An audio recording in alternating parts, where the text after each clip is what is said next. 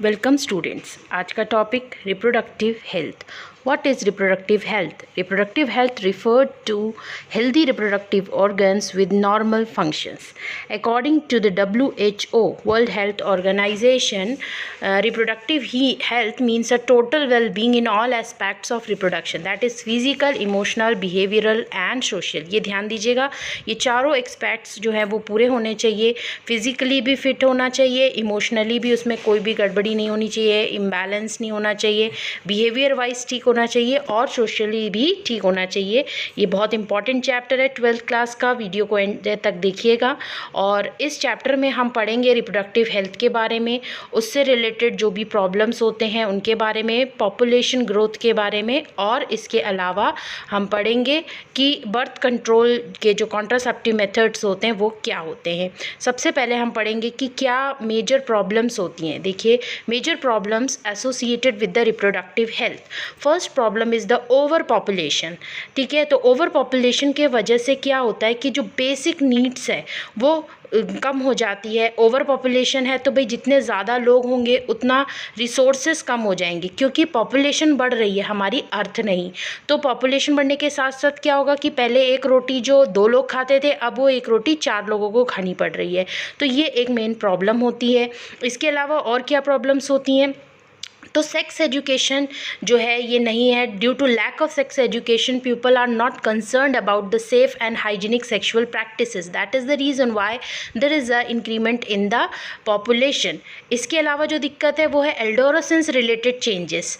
भाई जैसे जैसे एज बढ़ने लगती है तो वैसे वैसे बॉडी में बच्चे के चेंज आता है, उसको कई सारी दिक्कतों का सामना करना पड़ता है, which can lead to the sex abuse and hence can affect the reproductive health also. तो ये सभी जो प्रॉब्लम्स हैं, इन प्रॉब्लम्स को दूर करना चाहिए। हमें करने के लिए क्या करना है, ये सभी चीज़ें इस चैप्टर में आप पढ़ेंगे।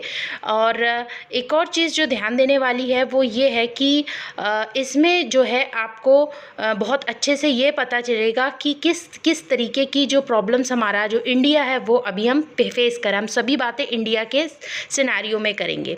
नेक्स्ट, जो सेक्सुअली ट्रांसमिटेड डिसीज़ेस होती हैं ये क्या करती हैं, ये सेक्सुअली ट्रांसमिटेड डिसीजेस भी रिप्रोडक्टिव हेल्थ को अफेक्ट करती हैं। Sexual transmitted diseases like the gonorrhoea, HIV, hepatitis B, लोगों को इनके बारे में पता ही नहीं है।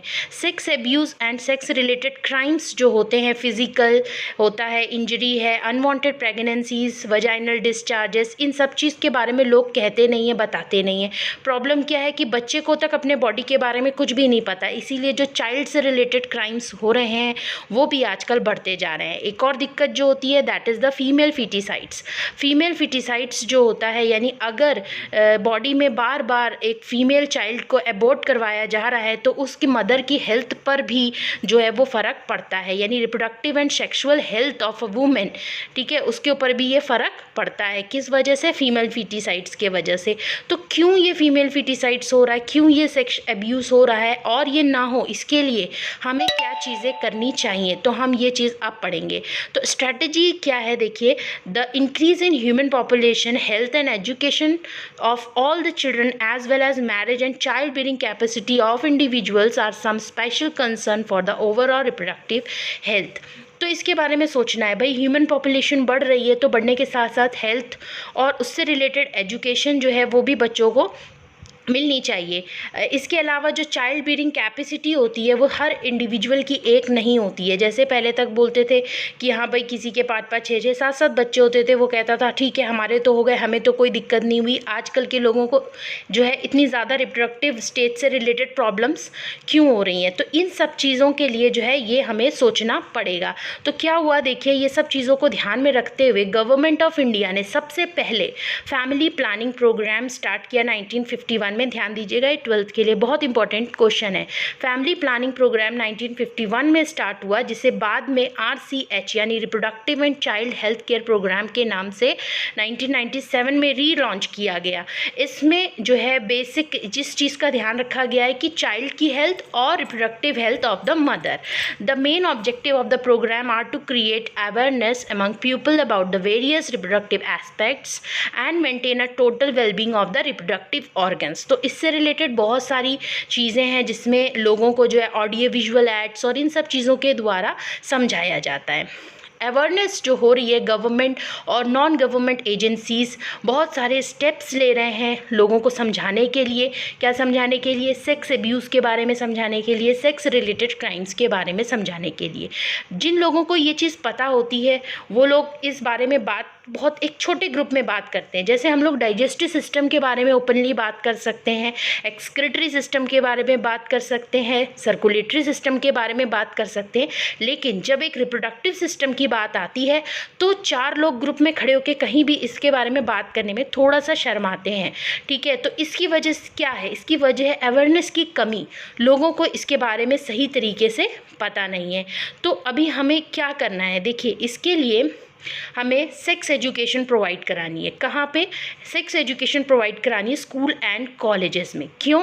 ताकि बच्चे को भी अपने सिस्टम के बारे में, अपने बॉडी के बारे में अच्छी तरीके से पता चले, जिससे कि वो इस जानकारी को इधर उधर से या फिर जो एक ऐसा सोर्स होता है जो अनट्रस्टेड सोर्स होता है वहाँ से ये एजुकेशन ना ले।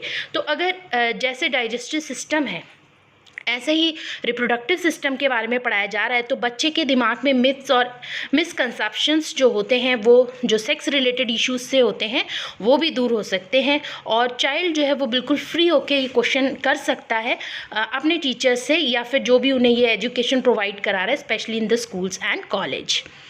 इंफ्रास्ट्रक्चर फैसिलिटीज़ हमें बढ़ानी है। किस लिए बढ़ानी है? मैटरनल सपोर्ट के लिए बढ़ानी है। देखिए, मेडिकल जो है, जैसे प्रेगनेंसी है, डिलीवरी है या फिर सेक्सुअली ट्रांसमिटेड डिसीजेस हैं, एबॉर्शन है, मेंस्ट्रुएशन प्रॉब्लम्स हैं, ये सभी वो प्रॉब्लम्स हैं जो कि रिप्रोडक्शन से रिलेटेड प्रॉब्लम्स हैं। तो अगर ये वो सुविधाएं ना बढ़ाई गई जो कि इन प्रॉब्लम्स को दूर कर सके।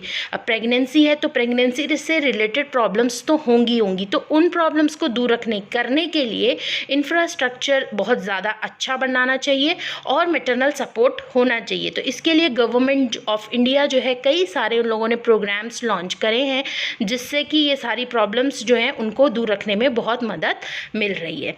और देखिए क्या है कि बर्थ कंट्रोल मेथड, सबसे इम्पॉर्टेंट हमारी प्रॉब्लम क्या है कि पॉपुलेशन बढ़ रही है। तो पॉपुलेशन क्यों बढ़ रही है? Because people are not aware about the birth control methods. ठीक है, तो ये मेथड्स के बारे में भी जानकारी देनी है। इसके अलावा मदर और चाइल्ड की केयर कैसे करनी है, कपल्स की मैरिजेबल एज क्या होनी चाहिए, तो इन सब चीज़ों के बारे में भी नॉलेज जो है वो प्रोवाइड करवाया जा रहा है इन्हीं सब RCH प्रोग्राम्स के अंतर्गत।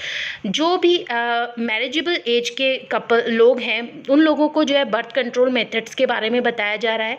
प्रेग्नेंट मदर की किस तरीके से केयर करनी है इसके बारे में बताया जा रहा है। इम्पॉर्टेंस ऑफ ब्रेस्ट फीडिंग, क्योंकि यहाँ पर भी कई लोगों में मिसकंसेप्शन होता है ब्रेस्ट फीडिंग को लेके, तो इन सब चीज़ों के बारे में। और सबसे important equality of the sex to avoid the female feticides. तो ये सारी चीज़ें जो हैं ये इसी RCH प्रोग्राम के अंतर्गत आगे को करवाई जा रही हैं। देखिए, अब एक टेक्निक है ये एमिनियोसिंथेसिस, ये एक अलग टॉपिक है, हालांकि ये इसी रिप्रोडक्टिव हेल्थ में आता है। एमिनियोसिंथेसिस एक टेक्निक है जिसमें कि एमनियोटिक फ्लूइड जो होता है, एमनियोटिक फ्लूइड आप समझते होंगे, एक ऐसा फ्लूइड जिसमें जब बेबी अपने मदर के यूट्रस में रहता है तो वो इस फ्लूइड के अंदर रहता है। तो एमनियोटिक फ्लूइड्स को थोड़ा सा निकाला जाता है यूट्रस में से। क्यों निकाला जाता है? ताकि कि अगर उस बेबी में कोई क्रोमोसोमल डिफेक्ट है या इस तरीके की कोई प्रॉब्लम है तो उसे दूर किया जा सके। तो इस फ्लूइड को एक सिरिंज की हेल्प से निकाला जाता है। और इसमें क्या होता है कि उस फ्लूइड में ऐसी क्या चीज़ होती है, आपने पहले चैप्टर में पढ़ रखा है कि उस फ्लूइड में जो है वही सेल्स होती हैं जो सेल्स जाइगोट में होती हैं, यानी कि बेबी में होती हैं। तो that cells contains all the genetic makeup of the body. ठीक है, जो भी इंडिविजुअल डेवलप हो रहा है उसका जो जेनेटिक मेकअप है वो पूरा इसमें होता है। अभी देखिए, इसमें क्या किया जाता है कि एक सिरिंज की मदद से, अल्ट्रासाउंड मशीन की हेल्प ली जाती है और सिरिंज की मदद से बहुत ही आसानी से, बहुत ही आराम से, क्योंकि बहुत ही डेलिकेटेड प्रोसेस है, तो एमनियोटिक फ्लूइड निकाला जाता है। जो एमनियोटिक फ्लूइड निकालते हैं वो किसी भी हालत में 15 ml से ज़्यादा नहीं होता है, इससे कम ही कम निकाला जाता है। और इसको निकालने के बाद क्या किया जाता है, इसका कैरियोटाइप बनाया जाता है। अब क्वेश्चन ये है हमारे लिए कि वाई, क्यों किया जाता है? तो इसका पहला कारण है जेनेटिक टेस्टिंग, यानी कि क्योंकि उस जो एमनियोटिक फ्लूइड है उससे हमें बेबी के बारे में सारा जेनेटिक मेकअप पता चल जाता है। तो जेनेटिक टेस्टिंग होती है mainly in the case of down syndrome. Down syndrome में क्या होता है, जो 21 नंबर का क्रोमोसोम होता है वो एक बढ़ जाता है, ठीक है। तो यानी कि 46 क्रोमोसोम के बजाय 47 क्रोमोसोम्स होते इंडिविजुअल में। तो इसकी वजह से आगे उस बेबी में एबनॉर्मलिटीज़ आ सकती हैं। तो डॉक्टर की एडवाइस से इसको MTP यानी मेडिकल टर्मिनेशन ऑफ प्रेगनेंसी की सलाह दी जाती है। इसके अलावा अगर फीटल लंग टेस्टिंग में फीटल्स में कोई डिसीज़ होता है, कोई इन्फेक्शन होता है या RH फैक्टर से रिलेटेड कोई प्रॉब्लम होती है, तो ये सारी चीज़ें इस कैरियोटाइप से पता चल जाता है। अब क्वेश्चन ये कि भाई ये एमनियोसिंथेसिस टेक्निक मैंने क्यों बताई। देखिए, ये इस तरीके की रिपोर्ट एमनियोसिंथेसिस में आती है। आप यहाँ देख रहे होंगे कि सबसे लास्ट में X और Y 2 क्रोमोसोम है। इन क्रोमोसोम्स को देख के कोई भी ये बता सकता है कि this is a karyotype of a boy, क्योंकि बॉय में क्या होता है, X और Y क्रोमोसोम होते हैं और आसानी से हम जानते हैं कि X क्रोमोसोम बड़ा होता है और Y क्रोमोसोम छोटा होता है। तो ऑटोसोम्स जो होते हैं वो तो मेल और फीमेल में सेम है, लेकिन ये सेक्स क्रोमोसोम जो है वो चाइल्ड की सेक्सुअलिटी के बारे में बता सकता है, तो इसीलिए इस पर बैन लगा हुआ है। अब देखिए अगला टॉपिक है डेमोग्राफी। डेमोग्राफी क्या है, ये एक साइंस है that studied the human population. यहाँ पे हम पॉपुलेशन की बात करेंगे। हर 10 साल में जो है एक सर्वे किया जाता है जिसमें size, density, fertility, mortality, growth rate, age distribution, migration और इन सब से रिलेटेड चीज़ों का आंकड़े इकट्ठे किए जाते हैं और उनका जो है एक चार्ट बनाया जाता है जिससे कि जो इंडिया की पॉपुलेशन है उससे रिलेटेड कुछ बातें बताई जाती हैं। इसमें सेंसियस की ये बात है। सेंसियस का मतलब क्या होता है कि ये कलेक्टिंग, सैम्पलिंग और इवैल्यूएशन के लिए होता है। फर्स्ट 1871 में ये हुआ था और फिर हर बार 10 साल में ये रिपीट किया जाता है। रिसेंटली ये 2011 में हुआ है और जो कि 15 सेंसस था और अकॉर्डिंग टू दैट सेंसस जो इंडिया की पॉपुलेशन थी वो है 1.2 बिलियन, ठीक है। इसके according most populated state UP and least Sikkim है। अब नेक्स्ट हमारा ये क्वेश्चन है कि पॉपुलेशन इंक्रीज़ क्यों हो रही है। रीज़न, तो रीज़न जो है हो रहा है ये पॉपुलेशन इंक्रीज़ होने का, वो ये है कि सबसे पहली चीज़ कि डेथ रेट कम हो गई है। मैटरनल मोर्टेलिटी रेट जो MMR है वो, और इन्फेंट मोर्टेलिटी रेट जो है वो भी बेटर मेडिकल फैसिलिटीज़ की वजह से कम हो गई। पहले तक क्या होता था कि डिलीवरी के टाइम पे या तो मदर की या तो बेबी में से किसी की डेथ हो जाती थी, तो वो अभी मेडिकल फैसिलिटीज़ के अच्छे होने की वजह से कम हो गई है, ठीक है। इसके अलावा क्या है कि रिप्रोडक्शन यानी रिप्रोडक्टिव एज के जो पीपल हैं उनकी जो नंबर है वो बढ़ चुका है। पब्लिक हेल्थ काफ़ी अच्छी है। काफ़ी सारी डिसीज़ेज़ जैसे प्लेग, स्मॉल पॉक्स, इन सब की वैक्सीन्स हमारे पास हैं जिससे लोग बचे हुए हैं। Natural climate